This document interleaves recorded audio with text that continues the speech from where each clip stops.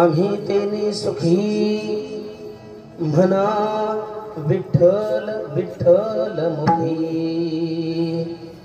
हीर तुमचे वित्तधन ते मज मृत्तिके समान कंठी मिरवा तुळसी व्रत करा एकादशी हीर तुमचे वित्तधन ते माझ मृत्तिके समान म्हणवा हरीचे दास म्हणवा हरीचे दास तुका म्हणे मजही आस ईर तुमचे वित्तधन ते मज मृत्तिके समान अजं रुक्मिणी प्राण संजीवनंतं ब्रह्मधाम कैवल्यमेकं तुर्यं प्रसन्नं प्रपन्नार्तिहं देवदेवं परब्रह्मलिंगं भजे पांडुरंगं पांडुरंगाकारो प्रथमान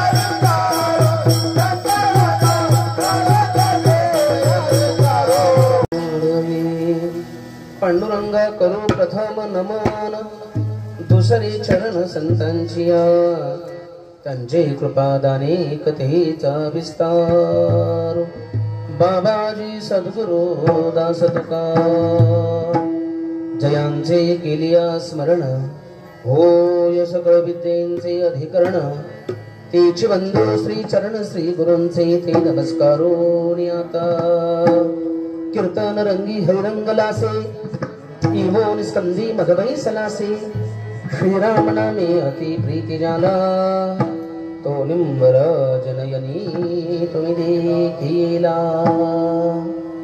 ज्या भावनेनं ज्या श्रद्धेनं ज्या निष्ठेनं आपण ह्या सभा मंडपामध्ये एकत्र आला त्या भावनेला त्या श्रद्धेला त्या निष्ठेला या ठिकाणी आमचं वंदन आहे। आज आषाढी एकादशी आहे। अवघ्या महाराष्ट्राचं आपल्या सर्वांच्या वारकऱ्यांचं महाराष्ट्राचं कुलदैवत जरी जेजुरीचा खंडोबा असेल तरी हात जोडून सांगतो वारकऱ्याचं कुलदैवत पंढरीचा पांडुरंग आहे। लक्षात ठेवा आपल्या सर्वांचं विठ्ठल कुळीचे दैवत विठ्ठल कुळीचे दैवत विठ्ठल पुण्य आणि पुरुषार्थ आवडी मात विठ्ठलाची आपल्या कुलाचं कुलदैवत असणारा विठ्ठल आणि या विठ्ठलाच्या भेटीसाठी आपण किती दिवस अट्टहास केलेला आहे। आज आपण ह्या पवित्र अशा क्षेत्रामध्ये पोहोचलेलो आहोत। लक्षात ठेवा एक क्षेत्र असं आहे महाराज क्षेत्र महिमा असतो।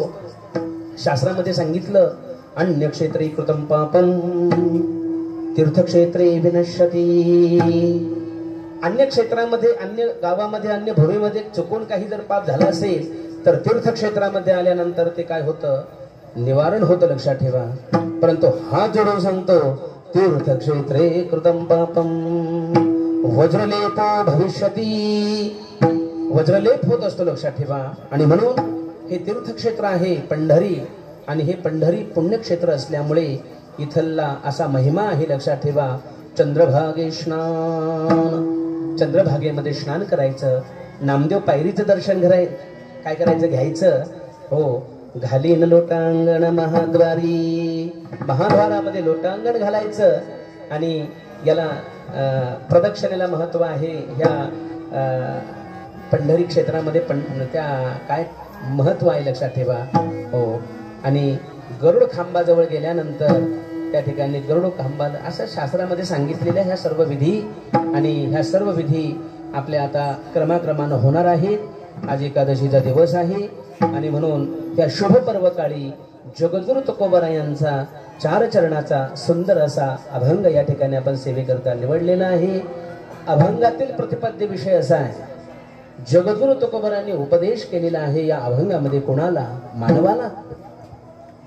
जगद्गुरु तुकोबरायांची भूमिका अशी होती, लक्षात ठेवा. जगद्गुरु तुकोबरायांची सांगण्याची पद्धत अशी होती, त्यांच्या जीवनामध्ये मुंगी आणि राव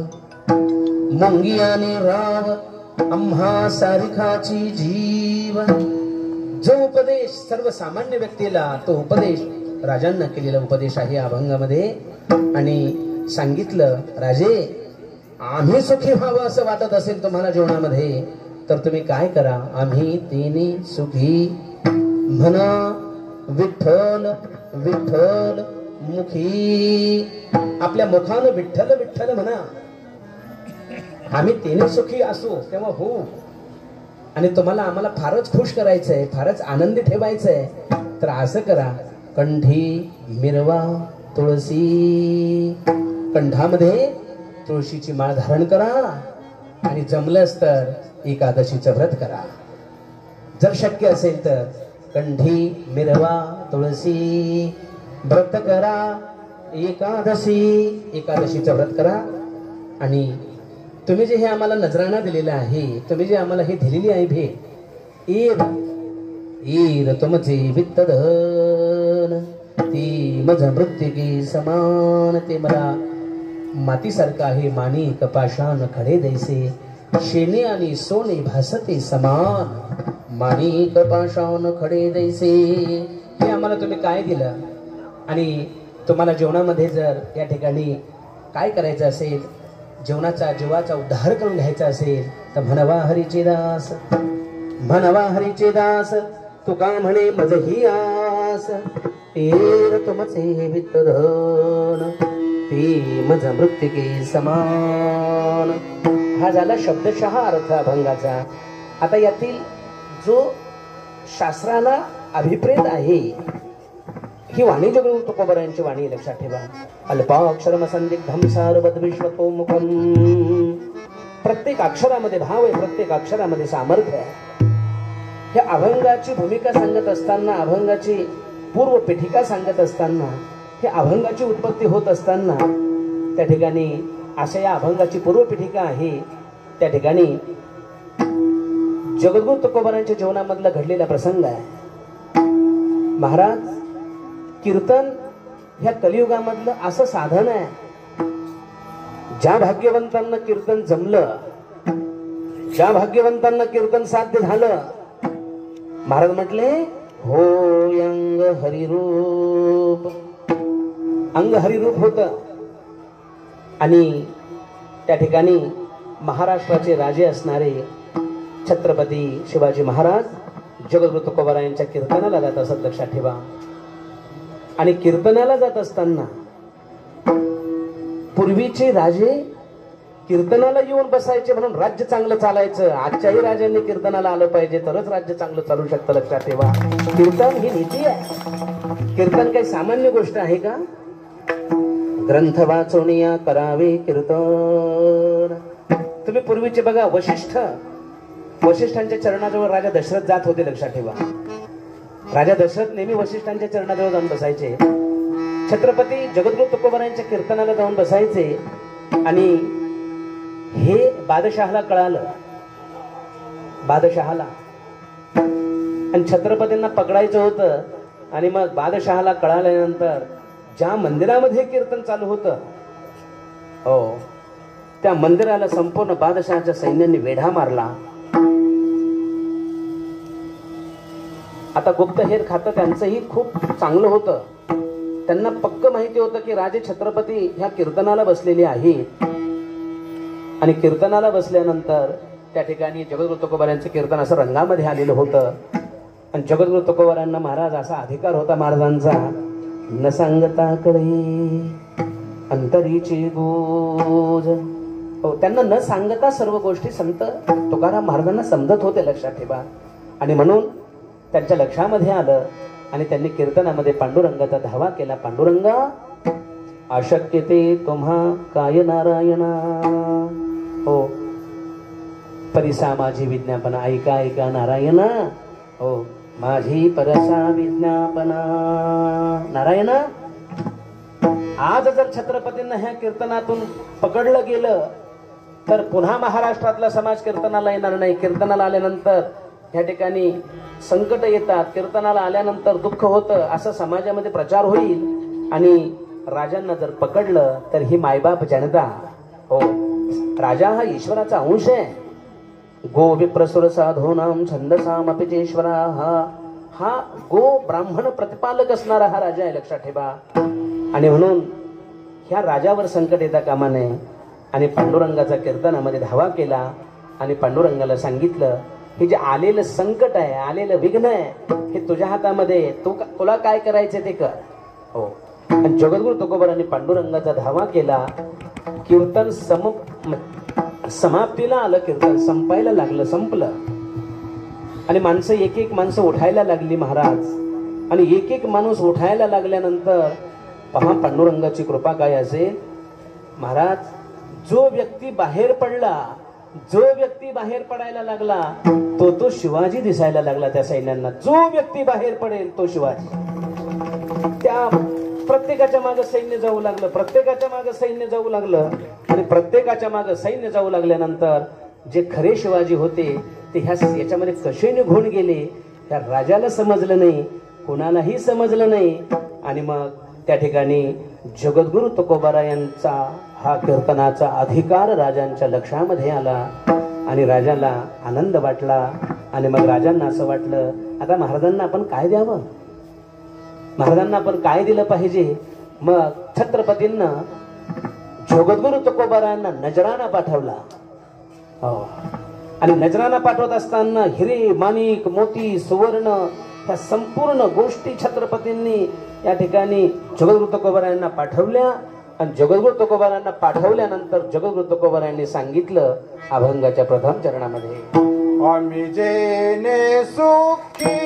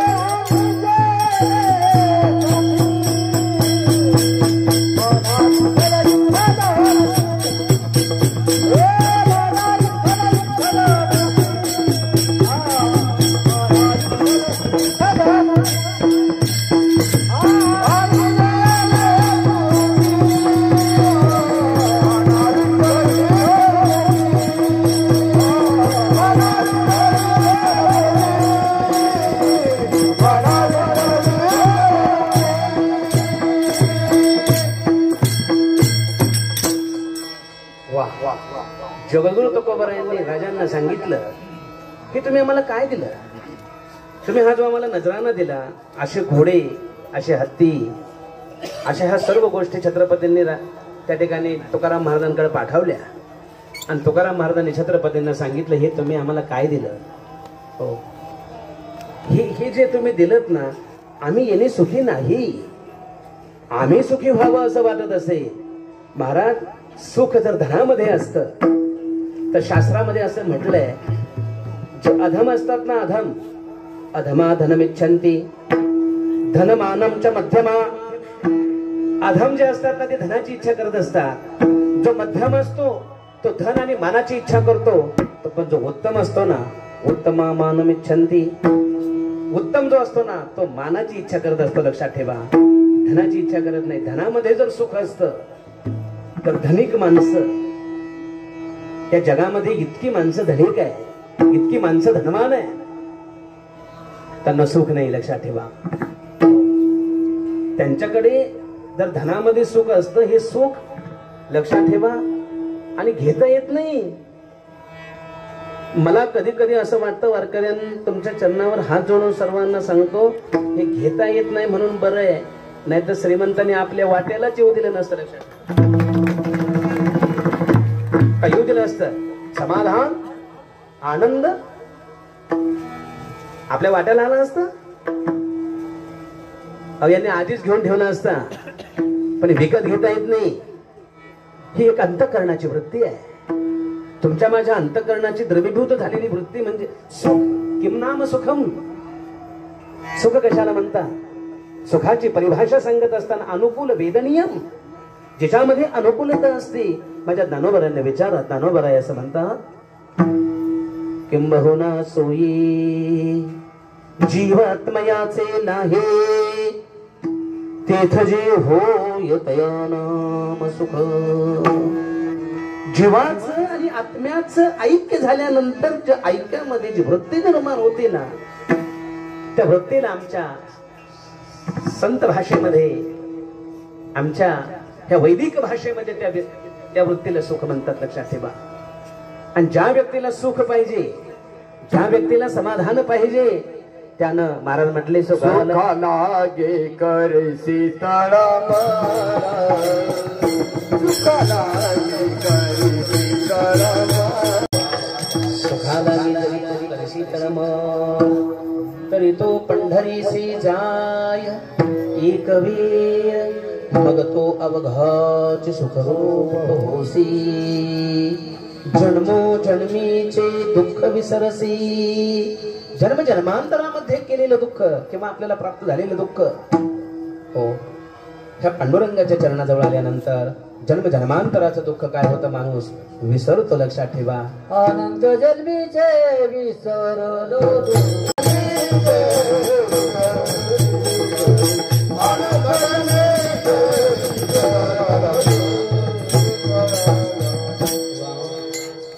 अनंत जन्मीचे विसरलो दुःख, पाहता तुझे मुख पांडुरंगा. हो, आपला विषय चालला होता की सुखाची अनुभूती, सुख जर हवं असेल, सुख जर प्राप्त व्हावं असं एखाद्याला वाटत असेल, सुख हे मानावं लागतं. आणि ज्याला मानता आलं ना, ज्याला सुख मानता आलं ना, तो घरामध्येही सुखी असू शकतो, वनामध्येही सुखी असू शकतो. आणि ज्याला सुख मानता येत नाही, त्याला सगळं चांगलं असलं तर तो घरामध्येही कटकट करणार, वनामध्येही कटकट करणार, आणि पुढचं मी सांगणार नाही. अरे जो घरामध्ये सुखी नाही तो बाहेर आल्यानंतर सुखी होऊ शकतो का? होऊ शकत नाही. सुख हे मानावं, छोट्या छोट्या गोष्टींमधून सुख मानावं लागतं. आनंद घेता आला पाहिजे. लक्षात ठेवा. आणि प्रत्येक व्यक्तीला आनंद घेता येत नाही. लक्षात ठेवा. सुखी माणसं, ही माणसं जर धनानं सुखी झाली असती, लक्षात ठेवा, हो महाराज, सुख जर ह्या विषयांमध्ये असं तरिका त्यजती सनकादिक, संकादिकांनी याचा त्याग का केला असता? संकादिकांनी याचा त्याग का केला असता? लक्षात ठेवा. थोर थोर महापुरुषांनी, थोर थोर विचारवंतांनी याचा त्याग का केला असता? लक्षात ठेवा. केला नसता. लक्षात ठेवा. धन, लक्षात ठेवा, धनाने याच्यामध्ये जर सुख असतं तर जगद्गुरु तुकोबाराय असं म्हटले नसते. जगद्गुरु तुकोबारायांचं चरित्र आता सांगायला वेळ आपल्याला फार अशा अभंगाच्या भूमिकेतून सांगायचंय मला. हो, यांनी हा नजराणा घेतला नाही. लक्षात ठेवा. धन काही कामाचं नसतं, धन फक्त गरजेपुरतं हो आवश्यक असतं, लक्षात ठेवा. हो.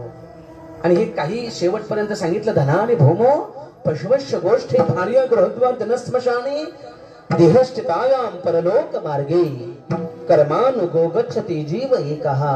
हा जीव आहे ना, आणि जीवानं केलेले जे कर्म आहेत ना, शुभ अशुभ कर्म, शुभ अंतकरणानं चांगल्या अंतकरणानं केलेली साधना, शुद्ध अंतकरणानं केलेलं नामचिंतन, हे फक्त आपल्या कामाला येतं, लक्षात ठेवा. हो. नाही तर बाकी काही कामाला येत नसतं, लक्षात ठेवा. आणि म्हणून नीतिशास्त्रामध्ये नीतिशास्त्रकारांनी अशी अनेक चिंतनं सांगितली, लक्षात ठेवा. हो. नीतिशास्त्रामध्ये याची चिंतनं सांगत असताना खूप काही चिंतनं सांगितली, लक्षात ठेवा. ह्या मोठ्या माणसांना झोप लागत नाही, लक्षात ठेवा. झोप. आणि आता प्रामाणिकपणाने सांगा, आपण एवढे सर्व 500, 450, 500 वारकरी, महाराज हा तुमचा अनुभव फक्त मी सांगतोय, सुख सांगतोय. महाराज आमचे वारकरी असे झोपत होते, उचलून नेले तरी कळालं नव्हतं. कुठं? गादीवर? अहो खडका दगडा, न हुशाला आहे न पायाला आहे. आणि घरी म्हणतोय मला उशी पाहिजे, मला अमुक पाहिजे, मला तमुक पाहिजे. इथं पडला की झोपला. पडायची गरज नाही, बसल्या बसल्या. काय पुण्यवान माणसं, लक्षात, पुण्यवान माणसं. सुखी व्यक्तीची एक व्याख्या सांगतो तुम्हाला. सुखी व्यक्तीची व्याख्या तुम्हाला पटली तर बघा. सुखी व्यक्तीची व्याख्या, ज्याला चांगली भूक लागते, लक्षात ठेवा, ज्या व्यक्तीला चांगली भूक लागते आणि ज्या व्यक्तीला चांगली झोप लागते, हा जगातील सर्वात सुखी. आज माणसाला भूक लागत नाही आणि माणसाला झोप लागत नाही. कुठे गेले की तो म्हणतो नाही, पोटच बरोबर नाही,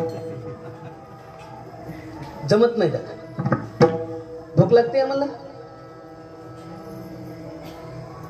अहो पोटाला आराम असला तर भूक लागेल. भूक लागली पाहिजे. सुखी व्यक्तीचे लक्षण आहे. आणि हे सुख संतांकडे, सुख महाराज म्हटले, राजे आम्हाला सुखी व्हावं तुम्हाला असं वाटतंय ना, तर काय करा, आम्ही तेने सुखी म्हणा विठ्ठल विठ्ठल, मुखान विठ्ठल विठ्ठल म्हणा. विठ्ठल नामाचा महिमा, आज आपण पंढरी क्षेत्रामध्ये आहोत. विठ्ठल नामाचा महिमा, कलियुगामध्ये नामाचा महिमा इतका महत्वाचा आहे, लक्षात ठेवा. हो. विठ्ठल नामाचा महिमा, विठ्ठलाच्या नामानं काय होतं, लक्षात ठेवा. हो. विठ्ठलाचं नाव घेतलं, शास्त्रामध्ये सांगितलं, त्यानं तर आपल्या हृदयाचं किंवा आपल्या अंतःकरणाचं जे आपलं हृदय, ते हृदय तर एकदम पॉवरफुल होतच होतं. पण विठ्ठलाचं चिंतन केलं, विठ्ठलाच्या नावाचं चिंतन केलं, त्याच्यामध्ये काही ऱ्हस्व स्वर आहे, काही कठोर स्वर आहे, काही मृदू स्वर आहे. स्वराचे सुद्धा काही कंठव्य असतात, काही तालव्य असतात, काही मूर्धन्य असतात. आणि विठ्ठल ठचा ज्यावेळेस उच्चार करतो ना, हो, त्यावेळेस आपल्या अंतःकरणामध्ये किंवा आपल्या हृदयामध्ये इतकी स्पंदनं होतात, लक्षात ठेवा, विठ्ठल नामानं. आणि त्या विठ्ठलाचा महिमा गात असताना, हो, विठ्ठल नाव मुखामध्ये येण्याकरता शास्त्रानं सांगितलं, जन्मजन्मांतरीची असेल पुण्य सामग्री. जन्मजन्मांतरीचं पुण्य ज्यावेळेस उदयाला येतं, जन्मजन्मांतरीचं भाग्य ज्यावेळेस उदयाला येतं, तेव्हा आपल्या मुखामध्ये विठ्ठलाचं नाव येतं, लक्षात ठेवा. नामचिंतन कोणीही करू शकत नाही, बडबड कोणीही करू शकतं, गप्पा कोणीही मारू शकतं, पण नामचिंतनाचा जो अधिकारी आहे तो परमार्थामध्ये फार विरळा असतो, लक्षात ठेवा. हो. नामचिंतन हे कोणी करू शकत नाही, त्याला हो तो अधिकारी व्यक्ती लागतो, लक्षात ठेवा, नामचिंतनाचा. आणि नामचिंतन मुखामध्ये येणं, महाराजांनी सांगितलं, माझी असत्यवादाचे तप वाचा केली बहुत कल्प, तया फळाचे महाद्वीप पातले प्रभू. अनंत जन्मीचे सुकृत पदारी, अनंत जन्मीचे सुकृत पदारी, अनंत जन्मीचे उदरी त्याचे मुखे पैठा. हो. अनंत जन्माचं सुकृत उदरा किंवा ते असेल तरच त्याच्या मुखामध्ये भगवंताचं नाव येऊ शकतं, लक्षात ठेवा, विठ्ठलाचं नाव येऊ शकतं. आणि ह्या विठ्ठल नामाचा महिमा सांगत असताना ज्ञानोबरायांच्या वडिलांना सुद्धा विठ्ठल नामाचा मंत्र जप दिलेला होता, लक्षात ठेवा. हो. श्री गहिनीनाथ महाराजांनी विठ्ठल नामाचा मंत्र दिला होता. हो. आणि म्हणून त्यांच्याही जीवनचरित्रामध्ये विठ्ठल नामाचं मोठं महत्व आहे. आणि हा विठ्ठल नामाचा जो महिमा आहे, म्हणून जगद्गुरु तुकोबा राजा छत्रपतींना असं सांगतात, म्हणा विठ्ठल विठ्ठल, ह्या विठ्ठलाचं नामचिंतन करा. प्रत्येक युगामध्ये साधना बदलते, लक्षात ठेवा.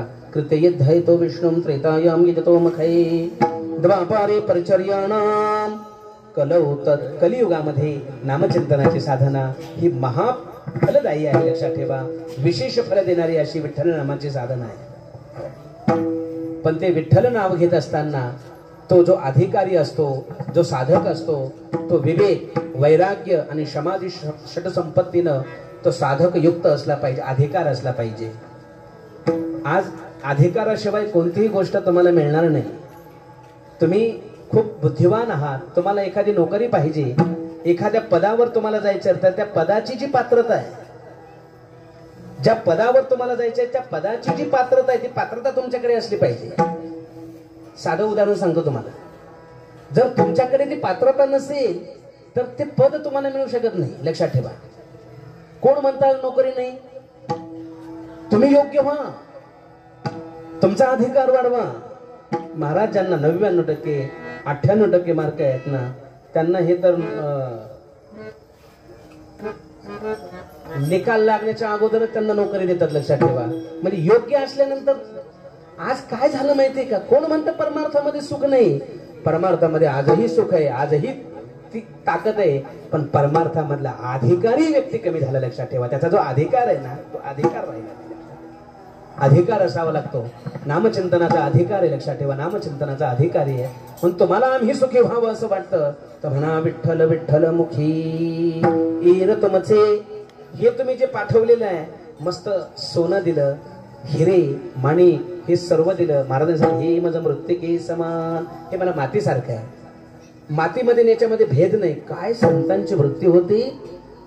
जगद्गुरु तुकोबा यांना जसा नजराना पाठवला ना, तसा निमराज महाराजांना सुद्धा छत्रपतींनी नजराना दिला होता, जहागिरी दिली होती. निमराज महाराजांनी सांगितलं, पांडुरंगा काय भक्तीमध्ये चूक झाली का?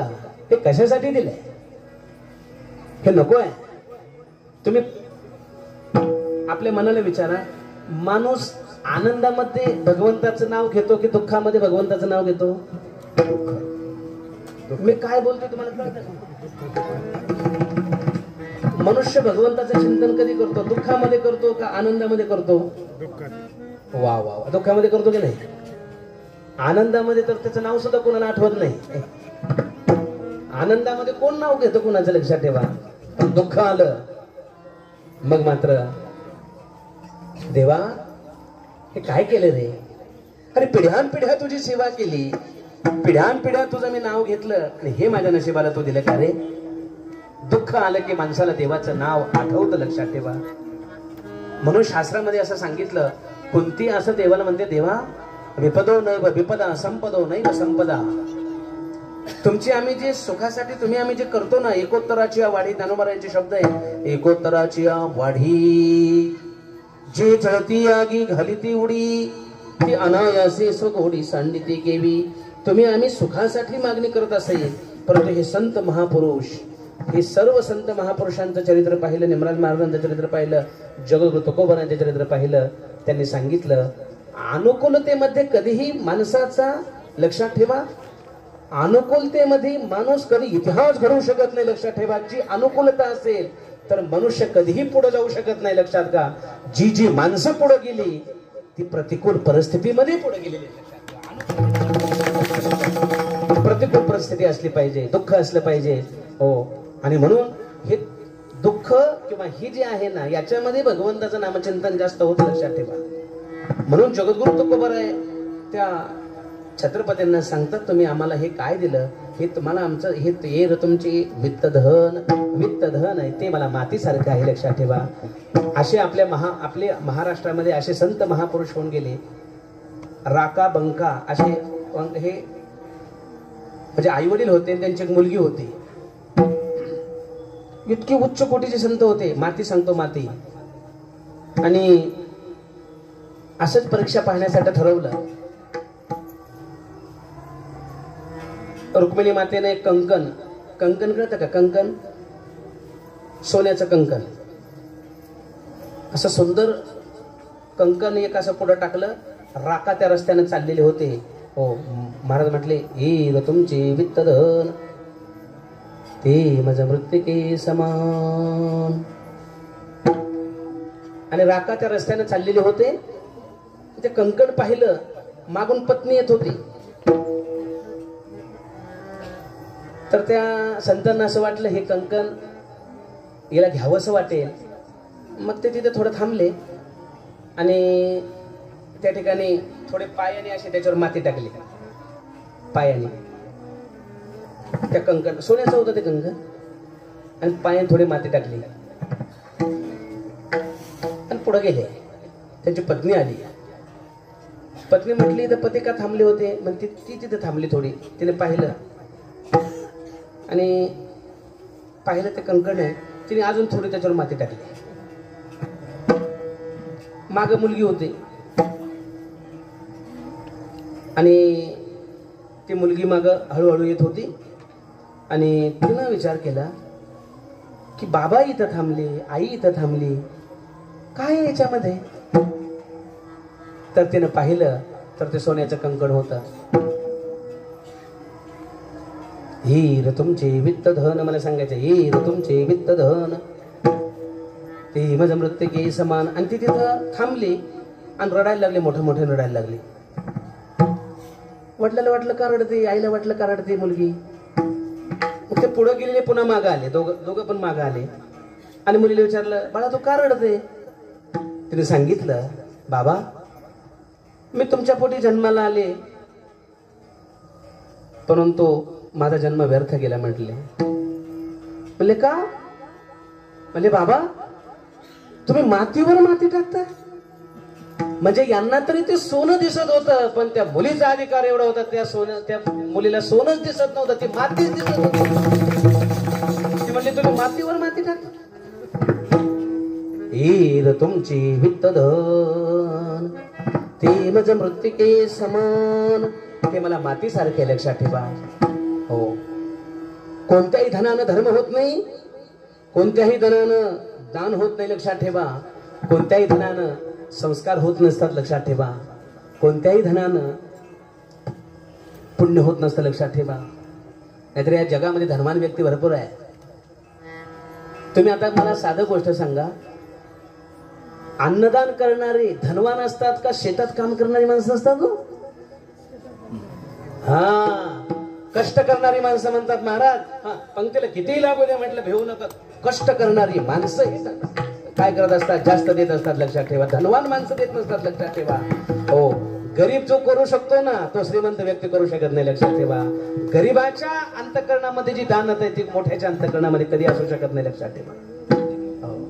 म्हणून कोणत्याही धनानं धर्म होत नाही, कोणत्याही धनानं दान होत नसतं लक्षात ठेवा. कोणत्याही धनानं म्हणून एक गोष्ट दादा दादा सांगतो, ज्या धनामागे दान असतं, ज्या धनामागे संस्कार असतात, ज्या धनामागे संस्कृती असते आणि ज्या धनामागे सुंदर असे संस्कार असतात, निमराज महाराजांची शपथ घेऊन सांगतो ते धन माणसाचा उद्धार करतं लक्षात ठेवा. ते धन माणसाला हो त्या स्थितीला घेऊन जातं लक्षात ठेवा धन.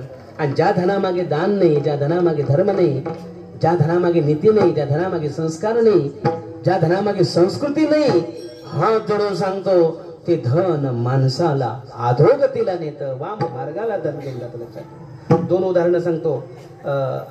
द्वारकेमध्ये किती धन होतं तुम्हाला माहितीये.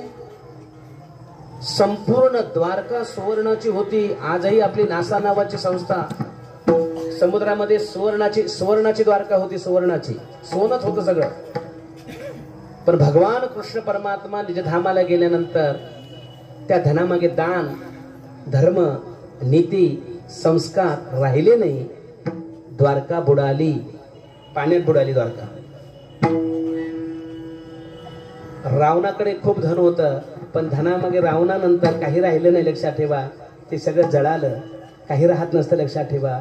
म्हणून महाराज असं म्हणतात हीर तुमचे वित्त धन. हे नकोय.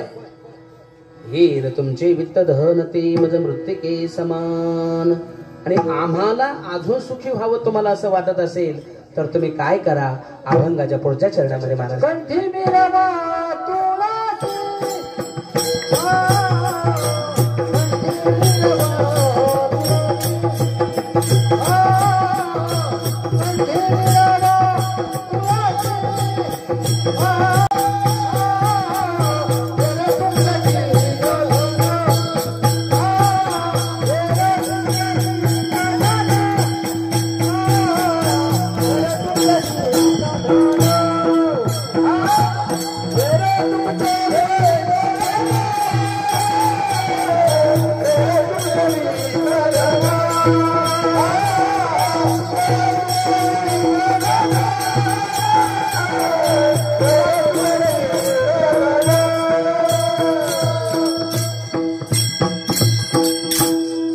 चरणामध्ये जगद्गुरु तुकोबाराय राजा छत्रपतींना सांगतो, राजे तुम्हाला हे वाटत असेल, तुम्हाला याचा अभिमान असेल, तर अजून एक गोष्ट करा.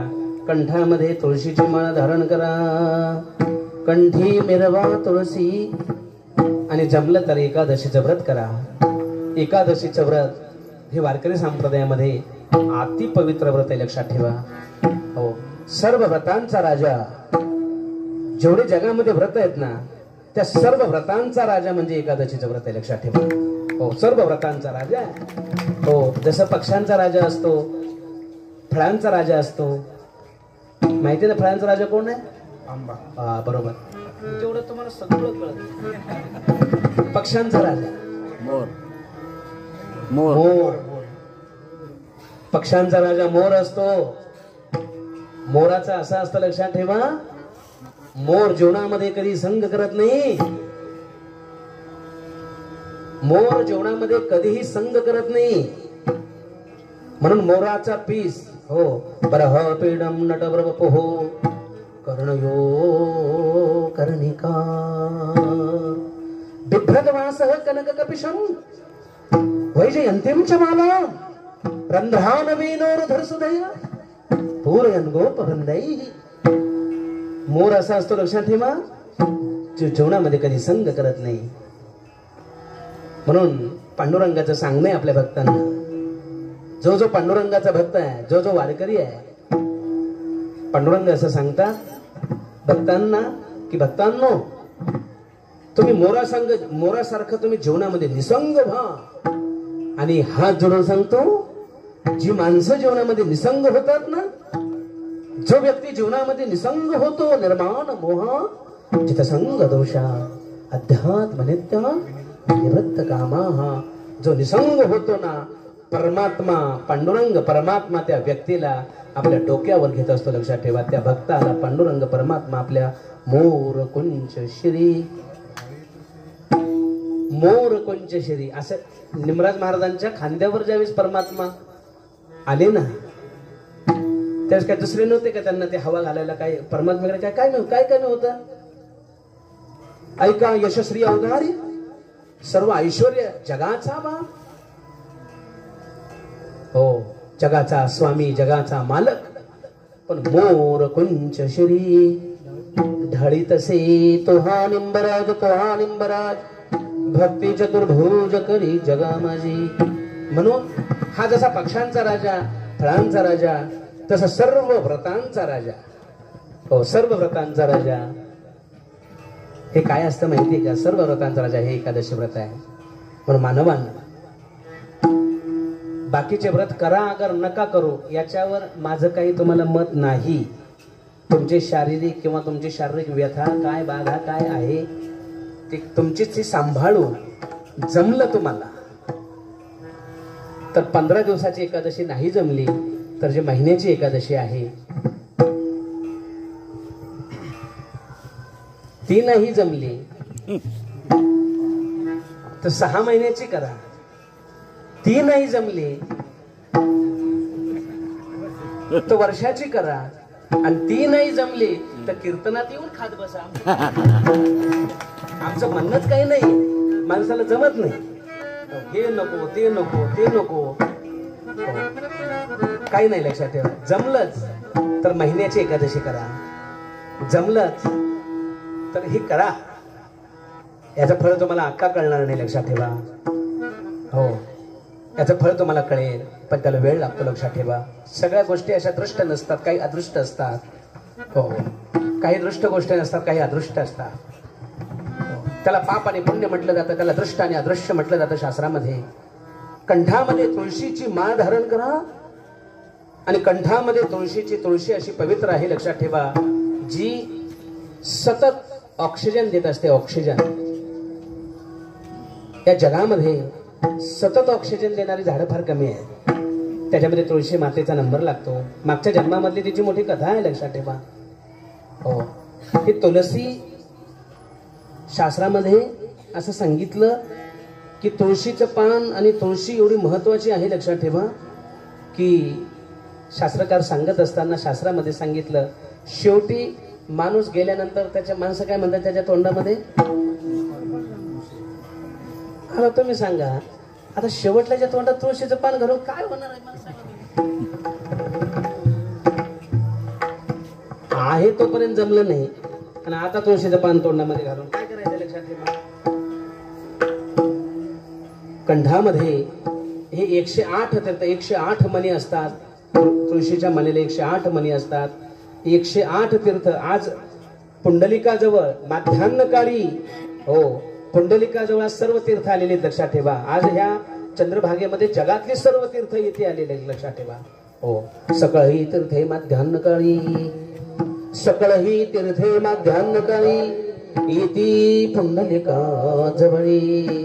आज सकळ तीर्थ आज ह्या पंढरपूर क्षेत्रामध्ये आलेले आहेत लक्षात ठेवा.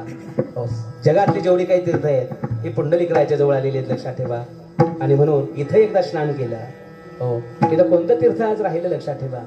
हो म्हणून कंठामध्ये पवित्र तुळशीची माळ, आणि ही तुळशीची माळ अशी आहे, याचं माळेचं महत्व असं आहे लक्षात ठेवा.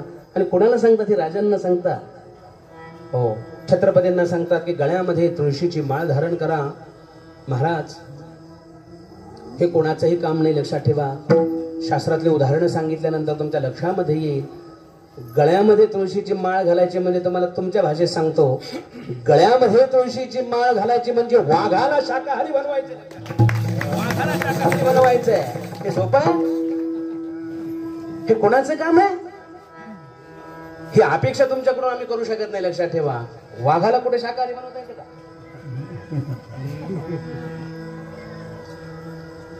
आणि ज्या दिवशी वाघ शाकाहारी बने, गाई व्याघ्रे पक्षी कुळे, हो मग ते तुम्हाला नंतर सांगेल मी. हे कोणाचंही काम नाही लक्षात ठेवा. हे कोणाचंही काम नाही लक्षात ठेवा. म्हणून आपल्याकडून या ठिकाणी बरेच जण, काहींचा असा भ्रम आहे, काहींना असं वाटतं की आम्हाला ते जमेल का, आम्ही बाटले. काही माणसं म्हणतात आम्ही बाटले. अरे शरीर कुठे बाटत असतं का? आणि जर तुम्हाला असं वाटत असेल तर उद्या जा चंद्रभागेला. चंद्रभागा ही आई आहे. चंद्रभागा ही आई आहे आणि विटेवर उभा असणारा जगाचा मालक आपला बाप आहे लक्षात ठेवा.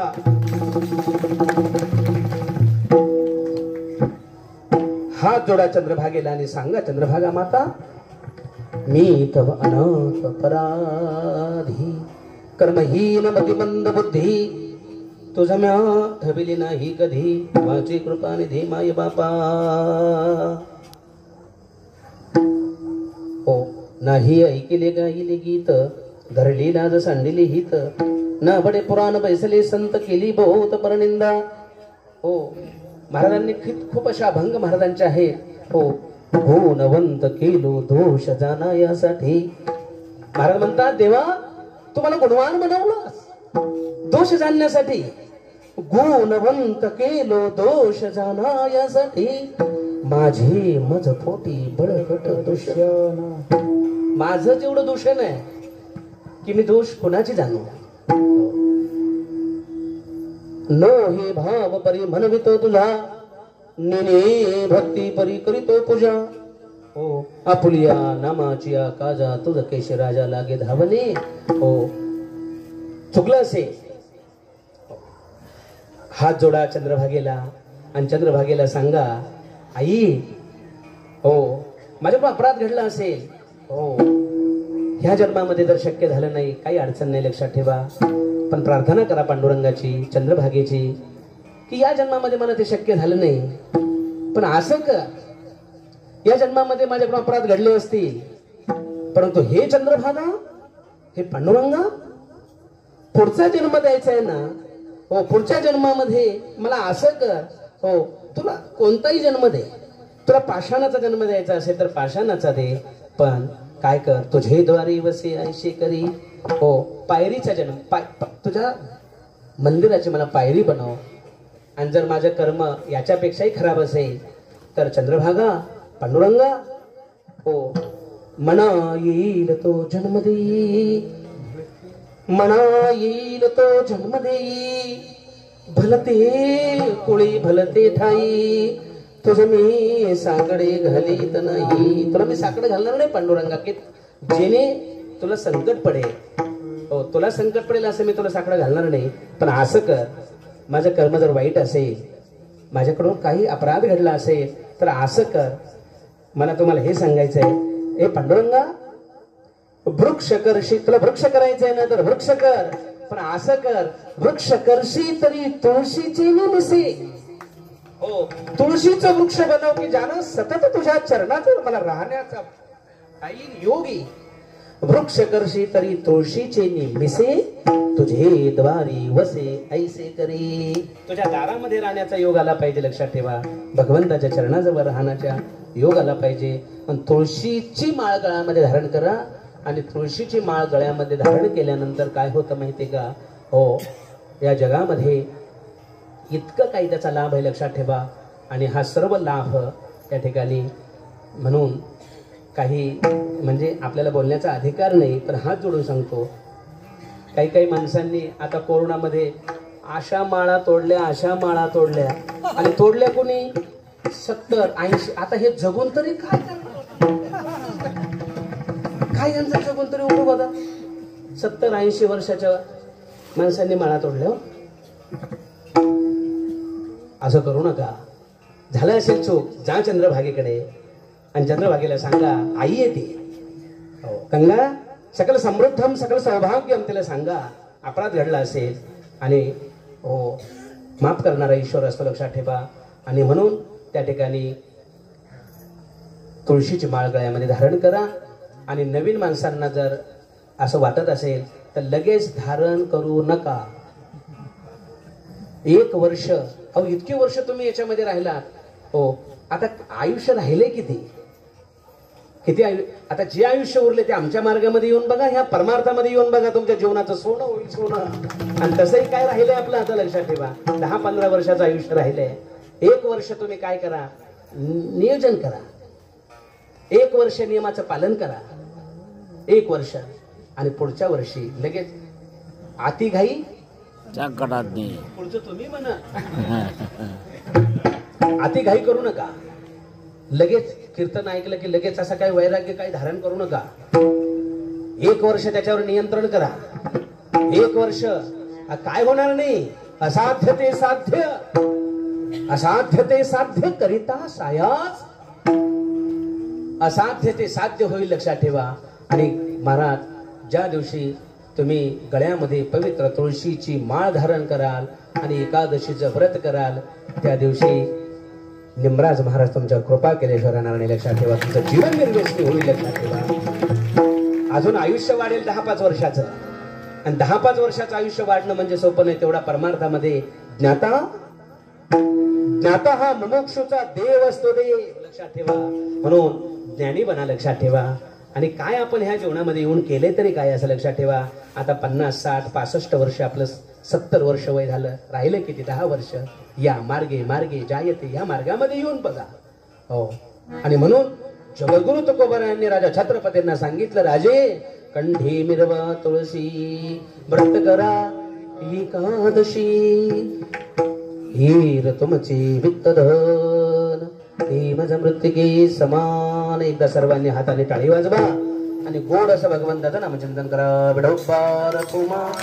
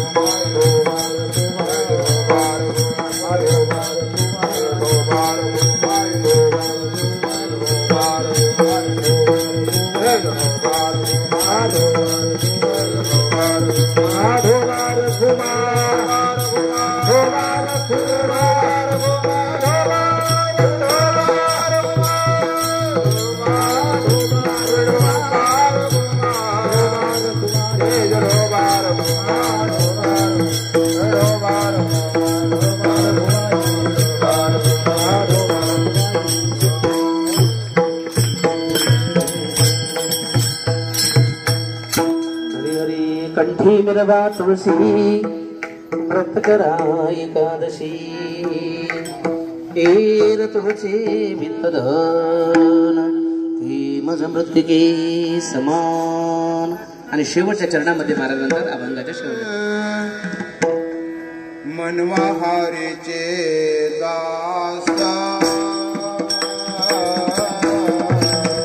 मनवाहारीचे दास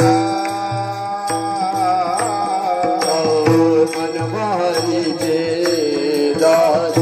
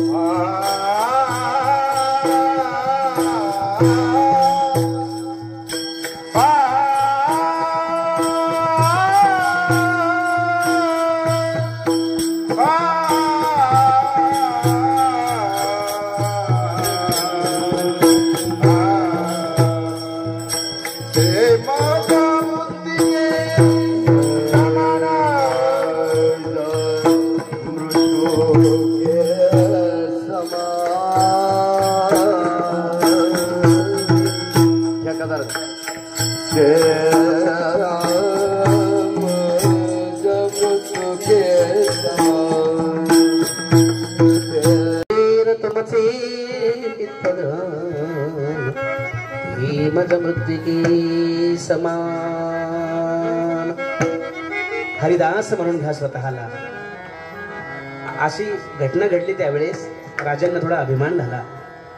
आणि अभिमान हा चांगला नसतो.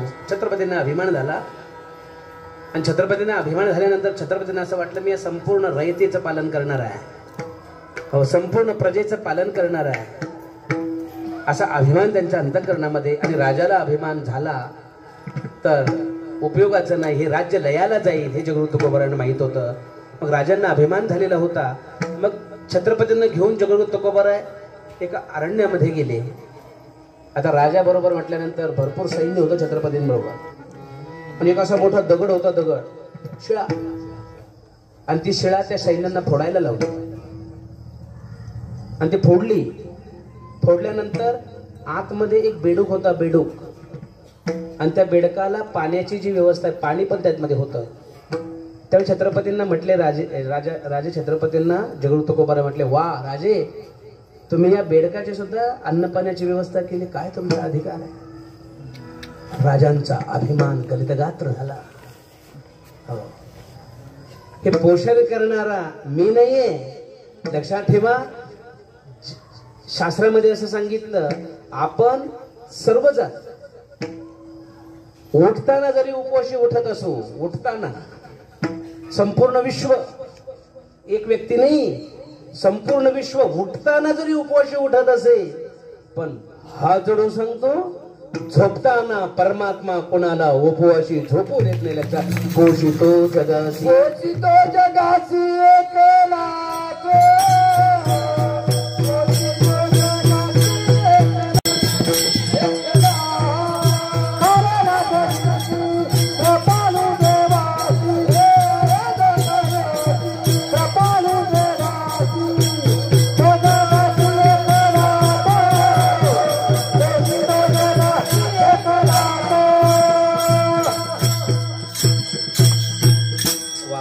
पोषितो जगासी एकला तो कारे नाठबिसी कृपाळू देवासी. ओ अरे त्याने काय तुझी नाही केली चिंता. महाराज किती उदाहरणं तुम्हाला सांगायची. अरे जन्माला येण्याच्या अगोदर त्यानं तुझ्या आणि माझ्या किंवा तुमच्या आणि माझ्या जन्माला येण्याच्या अगोदर काय बघा ना देवाची काय लिहिलाय. कोणी केली बाळा दुधाची उत्पत्ती वाढवी श्रीपती. परमात्म्यानं जन्माला येण्याच्या अगोदर तुमच्या माझ्या अन्नाची सोय केली. आता तो मरू देणार आहे का काय. आपल्याला खरं जर शास्त्रीय चिंतन पाहिलं, अरे येण्याच्या अगोदर त्यानं तुमची माझी चिंता केलेली आहे, तर आता काय तो ठेवणार आहे आपल्याला. आणि म्हणून छत्रपतींचा अभिमान गलितगात्र झाला आणि मग जगदूत तुकोबारायांच्या चरणाला लागले.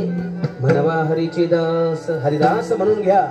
हो, स्वतःला पांडुरंगाचं दास्यत्व स्वीकारा. दास्यत्व ही भक्ती आहे. संपूर्ण श्रवणम कीर्तनम विष्णू हो स्मरणम अर्चनम वंदनम, सर्व भक्तीमध्ये सर्वात श्रेष्ठ भक्ती दास्य, विनम्रता, दास्यत्व भाव. हरीची या दासा हरिदा ही दिशा. हरिदासांना काय लक्षात ठेवा.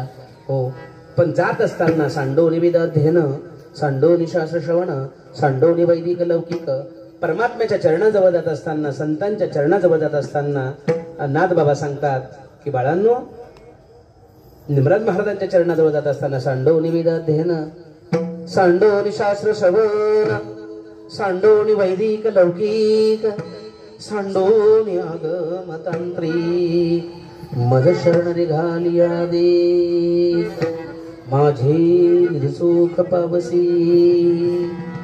आणि माऊलीच्या भाषेमध्ये सांगायचं म्हटलं तर माऊली म्हणतात, जो मज होय अनन्य शरण तयाचे निवारी मी जन्म मरण, या लागी शरणागता शरण्य मीची को.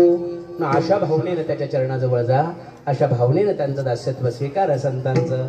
आणि ज्या दिवशी आपल्याला संतांचं दास्यत्व स्वीकारता आलं, त्या दिवशी आपल्या जीवनाची सफलता आहे, आपल्या जीवनाची सार्थकता आहे. म्हणून शेवटच्या चरणामध्ये जगद्गुरु तुकोबाराय असं म्हणतात की म्हणवा हरीची दास तुका म्हणे मज ही आस, येर तुमचे वित्तधन ती मज मृत्तिके समान. या ठिकाणी आपल्या कीर्तनाची मर्यादित वेळ संपलेली आहे. भरपूर वेळ झालेला आहे. तुमची बसण्याची आणि कॅपॅसिटी संपलेली आहे. फिरून फिरून फिरून तुमचे पाय तर आज असे नुसते. चला पुढे. हो, आपल्याला पुढे जायचंय. तुम्ही सर्व थकलेले आहात. पाय मी म्हणताय, इथून पायी गेला तिथं चंद्रभागेला, काही तरंगत गेले, काही काय कसे गेले, कसे आले माघारी पुन्हा. हो, सर्वजण आले. सर्वांना मी मनापासून धन्यवाद देतो. आणि या ठिकाणी आता आपल्या सोहळ्याला आज मस्त आपण इथं सर्वजण आलो. सर्व आता उद्या बरेच जण जाणार आहेत. तुमचे मी 5 मिनिटं फक्त घेणार आहे आणि बरोबर आपली सेवा मर्यादित वेळेमध्ये संपणार आहे. सर्वांच्या चरणी मी विनम्र भावनेनं वंदन करतो. या ठिकाणी आपल्याला एवढ्या दिवसामध्ये या ठिकाणी आपले असणारे सर्वांचे मार्गदर्शक अध्यक्ष असणारे चंद्रकांत महाराज, त्यांना मनापासून धन्यवाद देतो. या पालखी सोहळ्यामध्ये आपल्या देवदैठण ग्रामस्थ आहेत. खरोखर देवदैठण ग्रामस्थांना मनापासून धन्यवाद देतो. ह्या सोहळ्यामध्ये जे सहभागी झालेले आमचे वारकरी आहेत, मग यवते असेल, यवतीचा नंबर लागला मागच्या वर्षीसारखा, त्यांनाही मी मनापासून धन्यवाद देतो. यवतीच्या सर्व आमच्या तरुण मंडळांना मनापासून धन्यवाद देतो. आणि ढवळगाव आहे त्या वारकऱ्यांना धन्यवाद देतो. पाडळी आहे, पाडळीच्या सर्व वारकऱ्यांना धन्यवाद देतो. वाडेगावान असेल, त्या ठिकाणी यादववाडी असेल, यादववाडीच्या सर्व वारकऱ्यांना धन्यवाद देतो. आलभरवाडी असेल, सर्व वारकऱ्यांना धन्यवाद देतो. तरडेमळा असेल, त्यांना धन्यवाद देतो. या ठिकाणी अजून आपल्या ह्या वारीमध्ये जे सहभागी झालेले वारकरी आहेत, त्या ठिकाणी देवी गावांचे असतील, करपडीचे वारकरी, करपडीचा पण नंबर थोडा लागलाय, पण आता ते जरा थोडे मागं पडले जरा. चला पुढेही बहुत करणे आहे. तरी पण त्यांचे जवळजवळ 35-36 माणसं होते. त्यांनाही मी मनापासून धन्यवाद देतो. सर्व वारकऱ्यांना, करपडीकरांना मनापासून धन्यवाद देतो. दहीगावचे वारकरी आहेत, देवी गावांचे वारकरी आहेत. दहीगावचे पण भरपूर वारकरी आपल्या सोहळ्यामध्ये सहभागी झालेले आहेत.